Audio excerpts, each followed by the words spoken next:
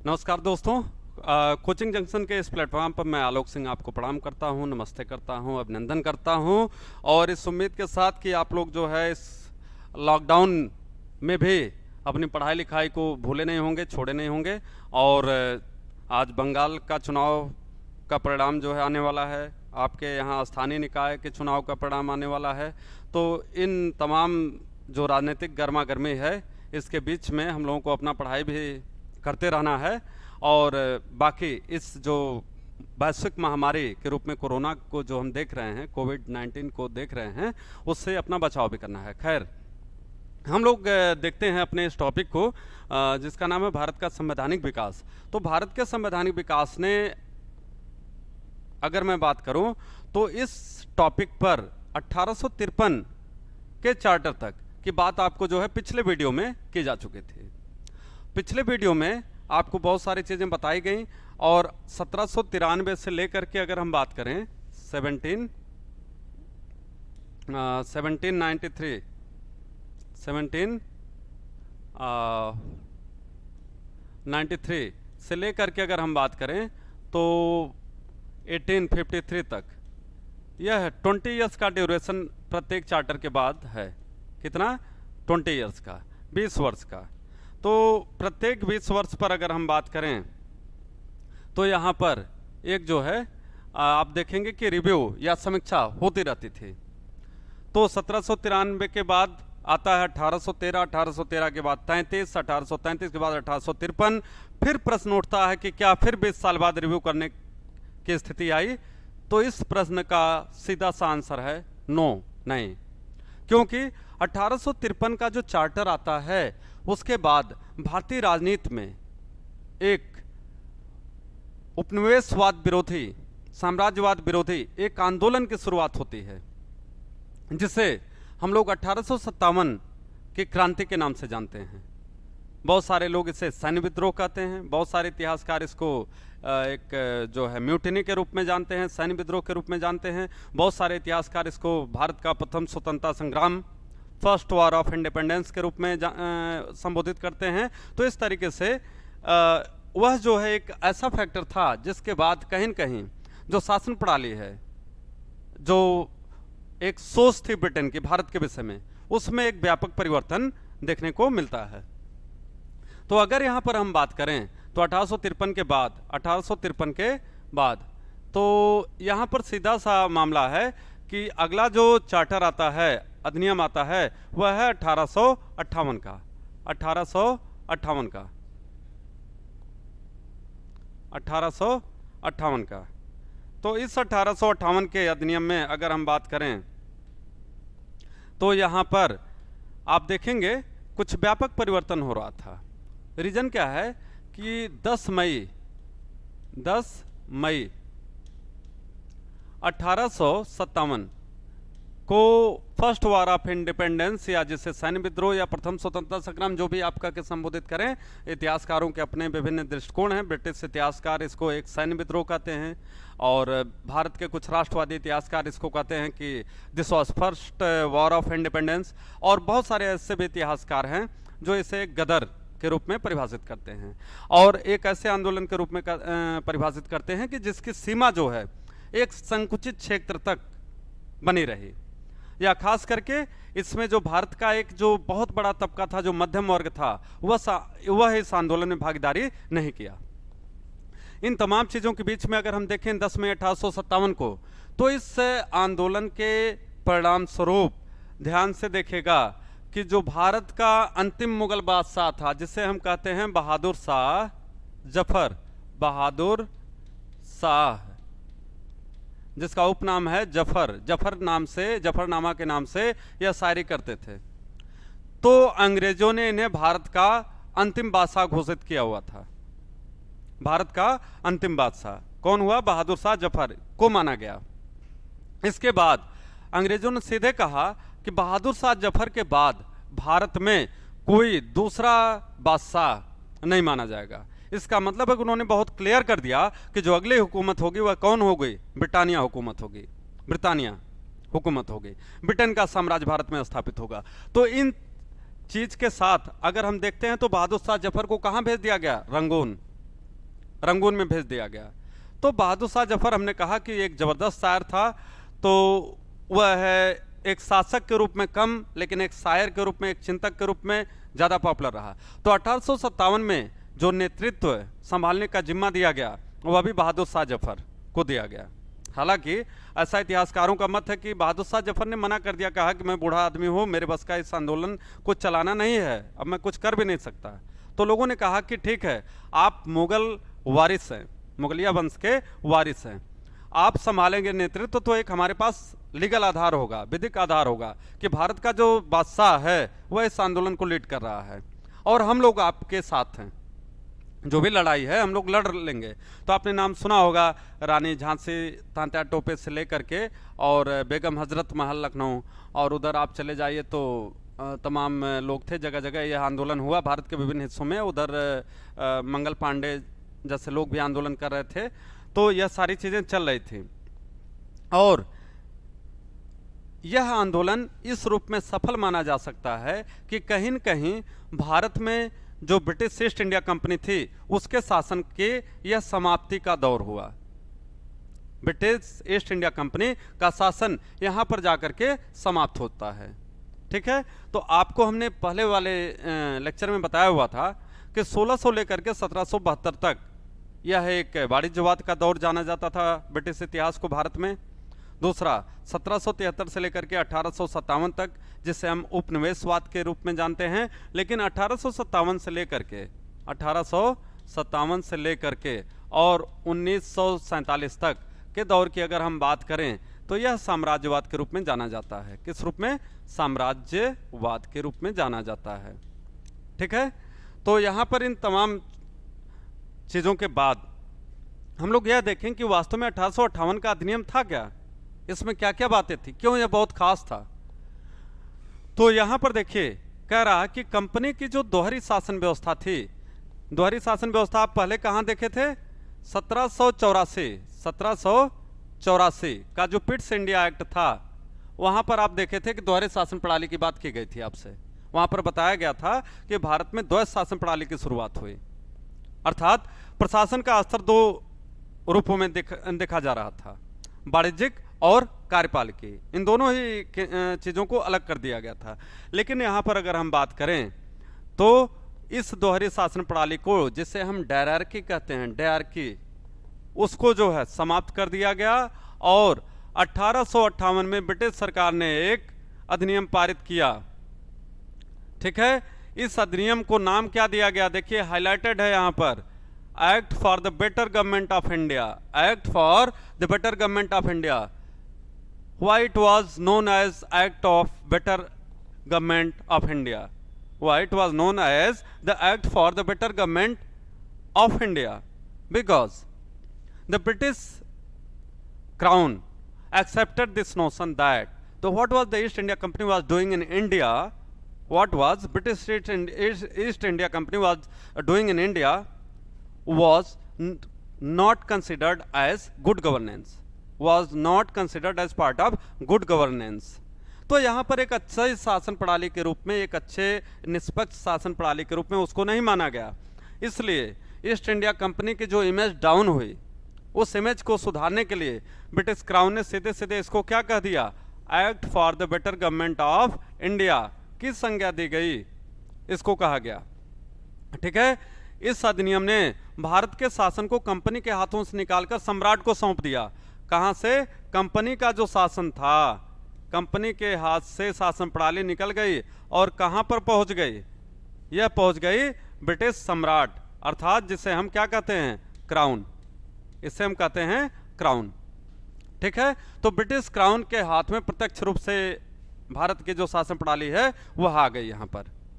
ठीक है, तो ईस्ट इंडिया कंपनी का जो इतिहास 1600 से शुरू होता है वह जाकर के 1857 तक चलता है और यहीं 1857 की क्रांति के बाद, के रिवोल्ट के बाद वह जो है व्यवस्था समाप्त हो जाती है और ब्रिटिश क्राउन ने स्वयं आगे बढ़ करके भारतीय प्रशासन को क्या किया? अपने हाथ में उसको ले लिया। ठीक है, और जो एक्ट बनाया, जो अधिनियम बनाया, उसको क्या कहा? Act for the better government of India. Act for the better government of India. और हमने कहा कि यहाँ जो परिवर्तन दिख रहा है आपको, वह मैं आपको बता रहा था कि कंपनी के हाथों से शासन को निकाल करके कहां पर सौंप दिया गया, सम्राट के हाथों में। तो ब्रिटिश क्राउन का अब शासन भारत में प्रत्यक्ष रूप से जो है वह स्थापित हो गया। इसका मतलब यह भी है कि जो साम्राज्यवाद ब्रिटेन का स्थापित हुआ भारत में, वह कब स्थापित होता है? 1857 की क्रांति के परिणाम स्वरूप, उसके बाद।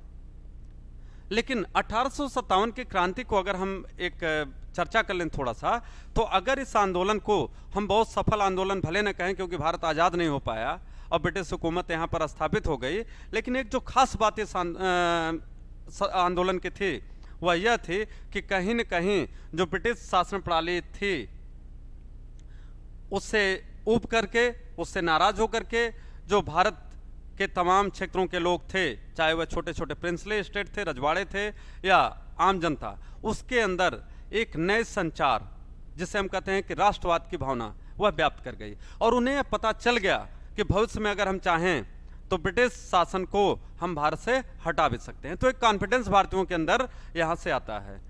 तो हमने कहा कि उस जो इमेज डाउन हुई ईस्ट इंडिया कंपनी के द्वारा ब्रिटिश क्राउन के भारत में, उस इमेज को धोने के लिए इसीलिए कहा गया कि यह क्या है, act for the better government of India, और ईस्ट इंडिया कंपनी से कहा गया गुड बाय, गुड बाय, आप जा सकते हो, अब आपको शासन करने की जरूरत भारत में नहीं है। Now I will look after the Indians, I will establish my own administration in India. तो इस तरीके से ब्रिटिश क्राउन ने सीधे सीधे इस मैसेज को आगे किया, और इस चार्टर के माध्यम से हम कह सकते हैं कि भारत ब्रिटिश अधीनता के अंतर्गत पूर्ण रूप से आ गया 1858 के चार्टर में। 57 के बाद ही हम कह सकते हैं। फिर कह रहा आगे कि भारत का जो प्रशासन था अब साम्राज्ञी द्वारा, साम्राज्ञी शब्द इसलिए इस्तेमाल किया जा रहा है, हालांकि इसके लिए एक सीधा सा शब्द है जिसे कहा जाता है क्राउन। क्या कहा जाता है? क्राउन। तो साम्राज्ञी इसलिए कहा गया क्योंकि वहां पर क्वीन विक्टोरिया उस समय थी। 1857 की जो क्रांति हुई भारत में, उस समय ब्रिटेन की जो क्राउन थी वह कौन थी? वह एक महिला थी जिसका नाम क्या था? विक्टोरिया। तो यहां पर इसीलिए शब्द इस्तेमाल किया जा रहा है साम्राज्ञी, मतलब महिला होने के नाते।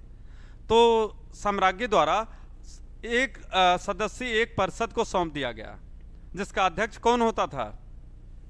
संयुक्त राज्य सचिव या भारत राज्य सचिव। इसे कहा जाता था सेक्रेटरी ऑफ स्टेट, इंग्लिश में कहा जाता है सेक्रेटरी ऑफ स्टेट।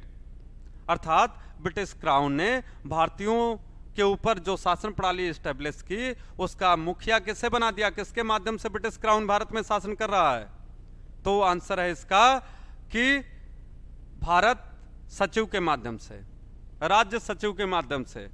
तो यहां पर कह रहा है कि भारत का प्रशासन अब साम्राज्ञी द्वारा तो किया जाएगा, लेकिन आगे कौन किसको किया जा रहा है कि तुम जाओ इंडिया देखो? वह है एक परिषद को सौंप दिया गया, जिसका अध्यक्ष कौन होता था? तो कह रहा संयुक्त सचिव, joint secretary, joint state secretary, या भारत राज्य सचिव, सेक्रेटरी ऑफ स्टेट जिसे कहा जाता था। इस नाम से इसको विभूषित किया गया। फिर कह रहा आगे कि 1784 के पिट्स इंडिया एक्ट द्वारा द्वैध शासन प्रणाली जो है समाप्त कर दी गई। इसको हम पहले भी बता चुके कि द्वैध शासन प्रणाली यहां पर आते आते पूर्ण रूप से क्या हो गई? समाप्त हो गई थी। ठीक है, तो आप देखिए कि 1858 का जो अधिनियम है, यह कैसे भारतीय राजनीति में एक व्यापक परिवर्तन के दौर के रूप में स्थापित होता है। यहां पर इसको थोड़ा सा आगे देखते हैं हम लोग। आगे यहां पर दिख रहा है, कह रहा है कि भारत के गवर्नर जनरल की बड़ी बदनामी हुई थी, इस नाम की बड़ी बदनामी हुई थी। तो यहां पर जो गवर्नर जनरल है,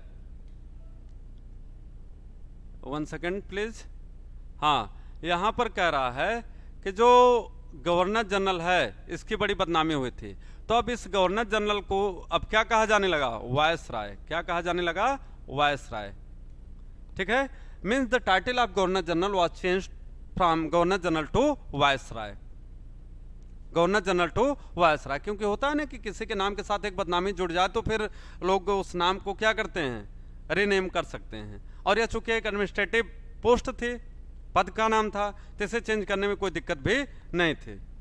तो गवर्नर जनरल को अब वायसराय की उपाधि मिली, जो क्राउन का क्या होता था, सीधा प्रतिनिधि होता था। Viceroy was the direct representative of crown in India, ऐसे इस चीज को समझिएगा, ठीक है। फिर कह रहा है कि राज्य सचिव को भारत से प्राप्त मालगुजारी का लेखा प्रतिवर्ष संसद के सामने प्रस्तुत करना पड़ता था। मतलब कि इंडिया से जो भी रेवेन्यू जनरेट करोगे, इंडिया से जो भी रेवेन्यू जनरेट करोगे, वह जो है सचिव को यह जिम्मेदारी होती थी सचिव की कि इसको जो है ब्रिटिश संसद के समक्ष जो है प्रस्तुत करिए। तो आप यह कह सकते हैं कि भारत से जो उनको लाभ होता था, जो राजस्व रेवेन्यू जनरेट होता था जो भारत की जमीन से, वह ब्रिटिश संसद के समक्ष कौन प्रस्तुत करता था? तो कह रहा है कि राज्य सचिव, राज्य सचिव वह प्रस्तुत करता था, ठीक है। फिर कह रहा है कि भारत के राज्य सचिव को एक विकास निगम यहां पर ध्यान दीजिएगा, घोषित किया गया। एक विकास निगम के रूप में, कारपोरेशन, निगम को क्या कहेंगे इंग्लिश में? कारपोरेशन, ठीक है। डेवलपमेंट कारपोरेशन के रूप में उसको विकसित किया गया। और कह रहा है कि कन्वर्टेड सिविल सेवा में नियुक्तियां खुली प्रतियोगिता द्वारा की जाने लगी। तो जितनी भी कन्वर्टेड सर्विसेज थी वहां पर एक ओपन कंपटीशन के माध्यम से अधिकारियों की नियुक्ति होने लगी। मतलब कि अब जब भारत में कोई अंग्रेज अधिकारी नियुक्त होगा तो उसे भारत में रहने का कुछ अनुभव होना चाहिए। तो ब्रिटिश क्राउन ने यह एक योग्यता, एक मानक निर्धारित कर दिया कि अब भारत में जो लोग गवर्नर जनरल या किसी उच्च पदों पर आसीन रहेंगे, अधिकारी के रूप में जाएंगे, वह वही व्यक्ति हो सकते हैं, वही अंग्रेज हो सकते हैं जो भारत में पहले कभी रहे हों। तो उसने एक क्वालिफिकेशन, किस पद के लिए यह क्वालिफिकेशन है के रूप में इसको स्थापित किया, ठीक है। कहने का मतलब अब ऐसा नहीं है कि कोई बहुत खास व्यक्ति हो तो वह आकर के भारत का जो है गवर्नर जनरल या और आधिकारिक पोस्टों पर नियुक्त हो जाता, नहीं। अब उसके लिए एक योग्यता, एक मानक निर्धारित किया गया कि अगर आप भारत में जाना चाहते हो तो आपको जो है पहले यह दिखाना पड़ेगा अपने बायोडाटा में कि आपने भारत में पहले इतने वर्ष गुजारे हैं, ठीक है।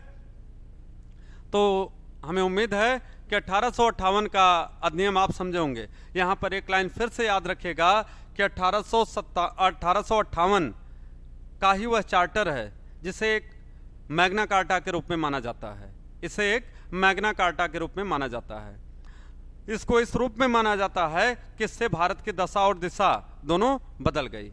एक उत्तरदायी शासन की स्थापना होती है भारत में, यह भी कहा जाने लगा इसको, ठीक है। और ब्रिटिश क्राउन ने, क्वीन विक्टोरिया ने यह स्पष्ट कर दिया कि यह भारतीयों के लिए एक मील का पत्थर, एक लैंडमार्क जो है साबित होगा, ठीक।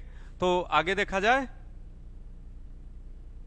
आगे देखिए 1858 के अधिनियम के बाद, चार्टर के बाद जो है अगला 3 साल बाद ही 1861 में एक भारत परिषद अधिनियम, जिसे क्या कहा जाता है? Indian council act, Indian English में कहा जाएगा इसे Indian council act, Indian council act के रूप में जो है इसको लाया गया।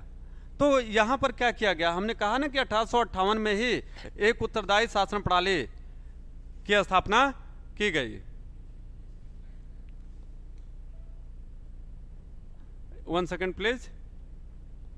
हाँ, यहां से हम देखते हैं। तो इसमें क्या किया गया कि हमने कहा कि 1861 का जो अधिनियम था, इंडियन काउंसिल एक्ट के रूप में जिसे जाना जाता है, इसमें कहीं न कहीं एक प्रतिनिधिमूलक सरकार के गठन की बात की गई है। यहां पर ध्यान दीजिएगा, इसमें क्या कहा जा रहा है? कह रहा है कि विधि निर्माण की त्रुटिपूर्ण प्रणाली, वायसराय की निषेधात्मक शक्ति, वीटो पावर, तथा विधान परिषद में भारतीयों को न के बराबर प्रतिनिधित्व आदि कारणों ने 1861 के भारत परिषद अधिनियम की पृष्ठभूमि तैयार करी। कहानी क्या है? कहता है कि विधि निर्माण की त्रुटिपूर्ण प्रणाली, विधि निर्माण की त्रुटिपूर्ण प्रणाली मतलब जो विधि निर्माण में दोष था उसको दूर करने के लिए 1861 का चार्टर लाया गया। फिर आगे क्या कह रहा है कि वायसराय की निषेधात्मक शक्ति, जिसे हम वीटो पावर कहते हैं, veto power is always a negative power, कि जब आप किसी चीज को रोकना चाहते हैं तो उसको आप वीटो कर सकते हैं। It is a negative power, नकारात्मक शक्ति होती है कि आप रोकने के लिए इसका इस्तेमाल करते हैं, इसलिए इसको क्या कहा जाता है, वीटो पावर। आज भी देखिए भारत के राष्ट्रपति के पास, आप चर्चा में कहते हैं ना कि उसके पास एक जेबी वीटो है। क्या है जेबी? मतलब पॉकेट वीटो की पावर है। तो यह पावर कहाँ से, इसका कंसेप्ट यहीं से आता है। आप देखिए कि इसकी बात की गई यहाँ पर, तो कहता है कि वायसराय की निषेधात्मक शक्ति वीटो पावर तथा विधान परिषद में लेजिस्लेटिव काउंसिल में कह रहा है कि भारतीयों की जो संख्या थी उनका जो प्रतिनिधित्व था वह न के बराबर था। यहाँ पर बात हो रही है, वह संख्या जो है न के बराबर थी, और यह संख्या जो है इतनी कम थी कि जिसके परिणाम स्वरूप क्या हुआ कि कहीं न कहीं ब्रिटिश क्राउन इस बात को लेकर के सोचने पे मजबूर हो गया कि नहीं, अगर भारत में हमें प्रशासन करना है तो जब तक भारतीयों को यहाँ की प्रशासनिक व्यवस्था में शामिल नहीं किया जाएगा, उनको भागीदार नहीं किया जाएगा, तब तक जो है हम भारत पर शासन लंबे समय तक नहीं कर सकते। इसलिए मैंने कहा कि यहाँ पर एक उदारवादी व्यवस्था की झलक देखने को मिलती है। रीजन क्या है कि इसमें यह इंश्योर किया गया कि विधान परिषद में जो है भारतीयों के प्रतिनिधित्व को बढ़ाया जाए। इसलिए मैंने कहा कि यह एक संशोधन के साथ इस अधिनियम को लाया गया 1861 को। फिर क्या कह रहा है, सन 1861 के अधिनियम ने भारत में प्रतिनिधि संस्थाओं को जन्म दिया। Means the act of 1861 gave rise to the development of representative institutions, प्रतिनिधि मूलक संस्थाओं का जन्म दिया। तो आपसे पूछा जाता है, यही लाइन प्रश्न पूछा जाता है कि भारत में प्रतिनिधि संस्थाओं का जन्म कब हुआ, किस अधिनियम के द्वारा हुआ? तो एक्ट का अधिनियम का नाम दिया रहेगा 1858 का चार्टर, 1861 का चार्टर, 1892 का चार्टर, 1853 का चार्टर। इस तरीके से ऑप्शन आपके सामने रहेंगे। ध्यान दीजिएगा, इस शब्द को एकदम लर्न कर जाएगा कि प्रतिनिधि मूलक संस्थाओं का जो जन्म हुआ वह 1861 के अधिनियम के द्वारा होता है। बहुत इंपॉर्टेंट लाइन है यह प्रश्न कई बार पूछा गया है, सिविल से लेकर के और तमाम वनडे एग्जाम्स में भी, तो इस चीज को आपको याद कर जाना है। फिर कह रहा है कि वायसराय की कार्यकारी परिषद को कानून बनाने की शक्ति प्रदान की गई। मीन्स जो एग्जीक्यूटिव काउंसिल थी वायसराय की, that was given the power to form the law, जिसके तहत लॉर्ड कैनिंग ने भारत में क्या शुरू किया, विभागीय प्रणाली, डिपार्टमेंटल सिस्टम की शुरुआत की। तो यह भी पूछा जाता है कि भारत में विभागीय प्रणाली की शुरुआत कब हुई, किसके द्वारा हुई? तो आंसर आपका क्या रहेगा, लॉर्ड कैनिंग। तो ध्यान से देखिए, दोनों लाइनों में एक प्रश्न एक उत्तर, फिर दूसरे वाले में एक प्रश्न एक उत्तर यहाँ शामिल है। और हमने कहा यह कई बार पूछा गया है कि प्रतिनिधि मूलक संस्थाओं का जन्म किस एक्ट के द्वारा होता है। ऑप्शन रहेगा, हमने बताया 1858, 53, 61, 92 या कुछ भी और हो सकता है ऑप्शन, लेकिन 1861 का चार्टर वहां पर या अधिनियम जो है जरूर रहेगा। तो क्योंकि आपका आंसर क्या होगा, 1861 का भारत परिषद अधिनियम, यह आपका करेक्ट आंसर होगा। दूसरा बता रहा है कि वायसराय की कार्यकारी परिषद, तो ठीक है, यह आपको बता दिया गया। किस गवर्नर जनरल ने, किस वायसराय ने भारत में विभागीय प्रणाली की शुरुआत की? किस वायसराय ने भारत में विभागीय प्रणाली की शुरुआत की? Which viceroy had started A departmental system in India? तो आंसर है यहां पर लॉर्ड कैनिंग ने, लॉर्ड कैनिंग ने जो है यहां पर प्रारंभ किया। अच्छा, जब विभागीय प्रणाली की शुरुआत हुई तो यह एक मैसेज बड़ा स्पष्ट है यहां पर कि अंग्रेज अब किसी ऐसे व्यक्ति को किसी विभाग का उत्तरदायित्व नहीं देना चाहते हैं जिसको उस विभाग का अनुभव न हो। इसलिए अब यह कहा जाने लगा कि जो भी व्यक्ति किसी पद पर जा रहा है वह उस विभाग का एक्सपर्ट होना चाहिए। तो वर्क स्पेशलाइजेशन की, कार्य विशेषीकरण के सिद्धांत की भी नींव यहां पर पड़ती है। तो हमने कहा ना कि अभी गुड गवर्नेंस के तरफ अंग्रेजों के अनुसार जो एक कंसेप्ट डेवलप किया गया गुड गवर्नेंस का, तो उसके तरफ एक कदम था। फिर आगे हम देखते हैं कि लॉर्ड कैनिंग ने भिन्न भिन्न सदस्यों को अलग अलग विभाग सौंपकर एक प्रकार से मंत्रिमंडलीय व्यवस्था की नींव डाली। ठीक है, आज आप सुनते हैं council of ministers, council of ministers, मंत्रिपरिषद। तो वह जो शब्द है आपको यहां पर दिख रहा है, कहां पर? 1861 के अधिनियम में। 1861 के अधिनियम में मैंने कहा क्या दिख रहा है आपको? मंत्रिमंडलीय प्रणाली व्यवस्था। इसकी भी शुरुआत कहां पे हुई? यह शब्द इसी विभागीय प्रणाली से जुड़ा हुआ है। लॉर्ड कैनिंग ने किया क्या कि अलग अलग विभागों की स्थापना की, अलग अलग विभागों की स्थापना की, और उन विभागों के माध्यम से योग्य लोगों को अलग अलग विभाग का दायित्व सौंपा। सबसे महत्वपूर्ण बात यहां पर यह है कि जो लॉर्ड कैनिंग थे उसने इसी को आगे क्या नाम दिया गया? मंत्रिमंडलीय व्यवस्था। अलग अलग मिनिस्टर्स हर विभाग के नियुक्त होते थे, तो अपने अपने विभाग का उत्तरदायित्व उनका होता था। वह सब किसको रिपोर्ट करते थे? वायसराय को। फिर बीच में हमने कहा सेक्रेटरी ऑफ स्टेट जो है वह क्राउन का प्रतिनिधि होता था भारत में। तो जितने भी राजस्व संबंधी मामले थे वह ले जाकर के वहां ब्रिटिश क्राउन को उपस्थित करता था, जो 1858 के चार्टर में आपको बताया गया। तो इस प्रकार से आप देखिए कि 1861 का जो चार्टर है यहाँ पर दो बातें बड़ी महत्वपूर्ण हैं। पहला, प्रतिनिधि मूलक संस्थाओं का जन्म किस अधिनियम के अंतर्गत होता है? आंसर 1861। दूसरा है कि विभागीय प्रणाली की शुरुआत किसके समय में हुई? आंसर है लॉर्ड कैनिंग, लॉर्ड कैनिंग। और फिर कभी कभी यह शब्द हटा करके पूछ लेता है कि मंत्रिमंडलीय व्यवस्था की नींव किस अधिनियम के अंतर्गत पड़ी? तो आंसर आपका क्या होगा? 1861 का अधिनियम। तो बहुत इंपॉर्टेंट एक्ट है, और इसको आप जो महत्वपूर्ण चीजें थी हमने वहां पर हाईलाइट भी कर दिया कि यह चीजें जो है आपको ध्यान देनी है। ठीक है, आगे बढ़ते हैं। देखिए इसमें क्या कहा जा रहा है? कहा जा रहा है कि वायसराय की विधान परिषद के सदस्यों की संख्या बढ़ा दी गई। चलिए भैया ठीक है, तो कितनी हो गई? कहता है कि न्यूनतम संख्या 6 और अधिकतम संख्या 12, न्यूनतम संख्या 6 और अधिकतम संख्या 12 निर्धारित की गई। ध्यान दीजिएगा, एसएससी के लिए यह प्रश्न, सिविल के लिए यह प्रश्न बहुत महत्वपूर्ण है। एसएससी और सिविल में कैसे पूछा जाता है कि यह कथन और कारण के रूप में दे दिया जाता है, कथन और कारण के रूप में।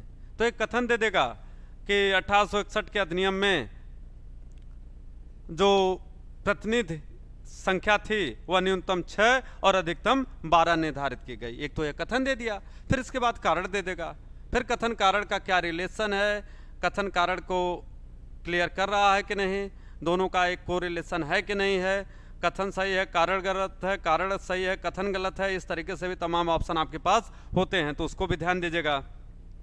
आगे कह रहा है कि वायसराय को संकटकालीन समय में विधान परिषद की सलाह के बिना ही अध्यादेश जारी करने की अनुमति प्राप्त थी। आज भी अगर हम बात करें तो भारत में अध्यादेश शब्द का प्रयोग किया गया है। किस अनुच्छेद में अध्यादेश शब्द का प्रयोग किया गया है? भारतीय संविधान के किस अनुच्छेद के अंतर्गत अध्यादेश शब्द का प्रयोग किया गया है? ध्यान दीजिएगा, अनुच्छेद 123। यह राष्ट्रपति की शक्ति होगी अध्यादेश जारी करने की। अनुच्छेद 123, power of president to issue ordinance, power of president to issue ordinance that is given in article 1 to 3 of Indian constitution.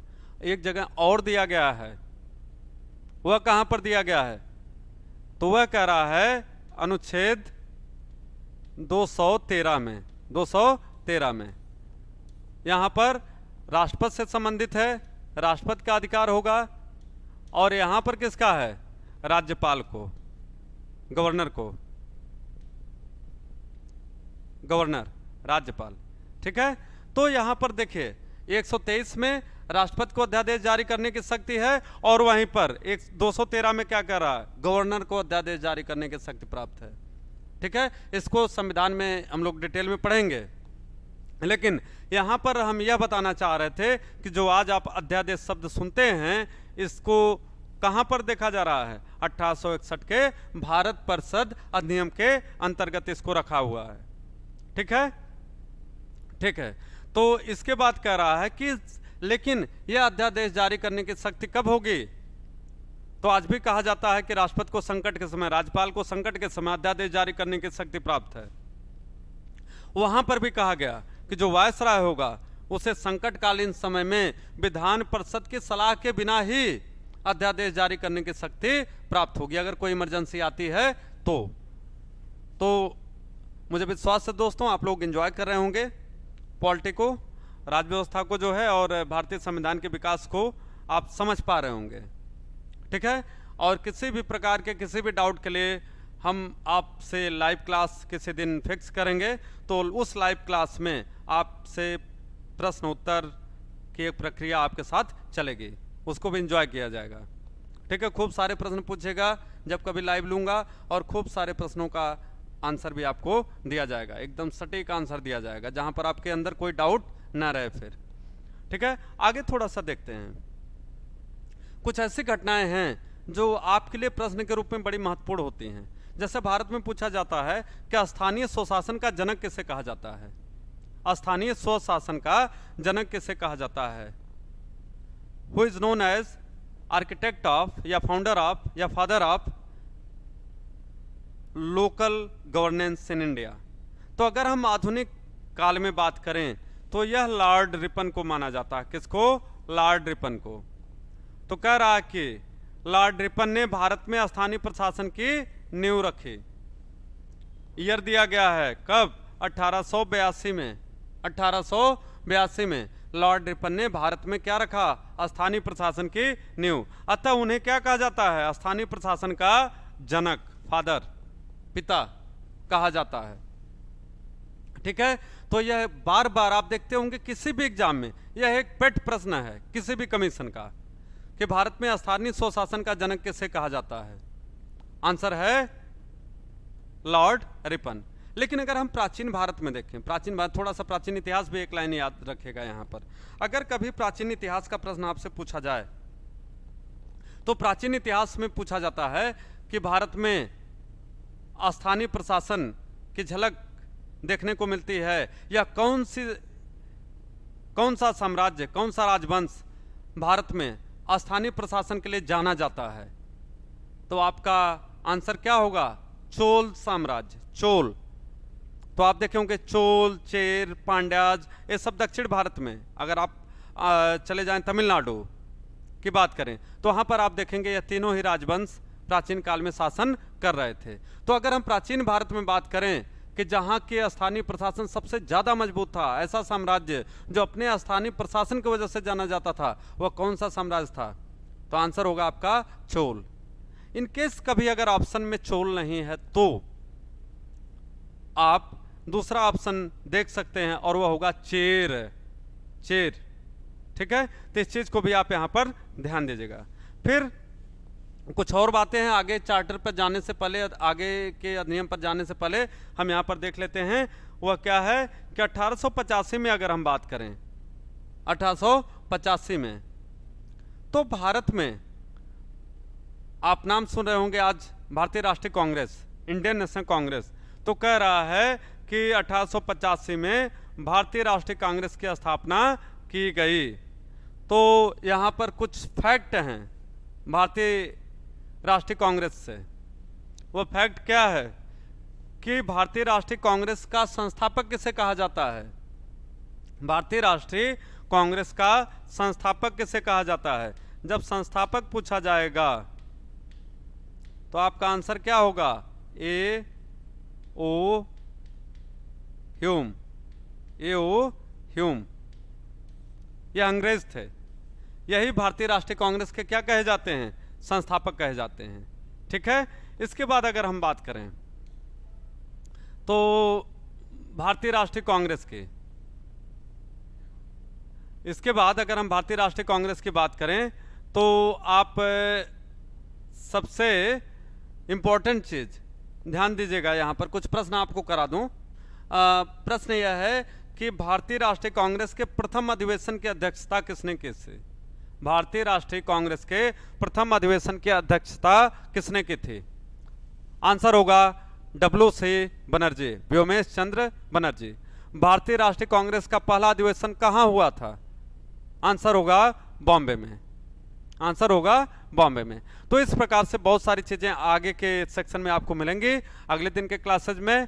तो तब तक के लिए good bye, take care, have a nice day, beautiful day, wonderful day, और enjoy करिए, मस्त रहिए, और अपना बचाव बहुत जरूरी है।